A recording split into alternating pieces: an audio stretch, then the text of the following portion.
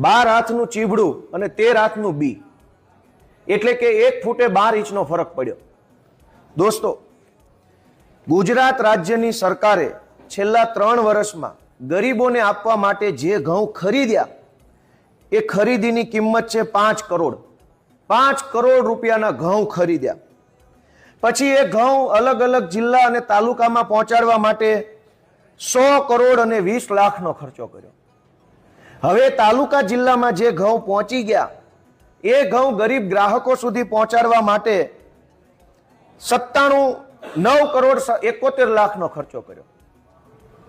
એટલે 5 કરોડના ઘઉં લીધા, 100 કરોડમાં એ ઘઉં તાલુકા જિલ્લામાં પહોંચાડ્યા અને 9 કરોડના ખર્ચે એ ઘઉં ગરીબો સુધી પહોંચાડ્યા। આવું સારું કામ ગુજરાતની ભાજપની સરકારે કર્યું છે। વિચાર કરો કે આ તો સોના કરતા ઘડામણ મોંઘું થઈ ગયું।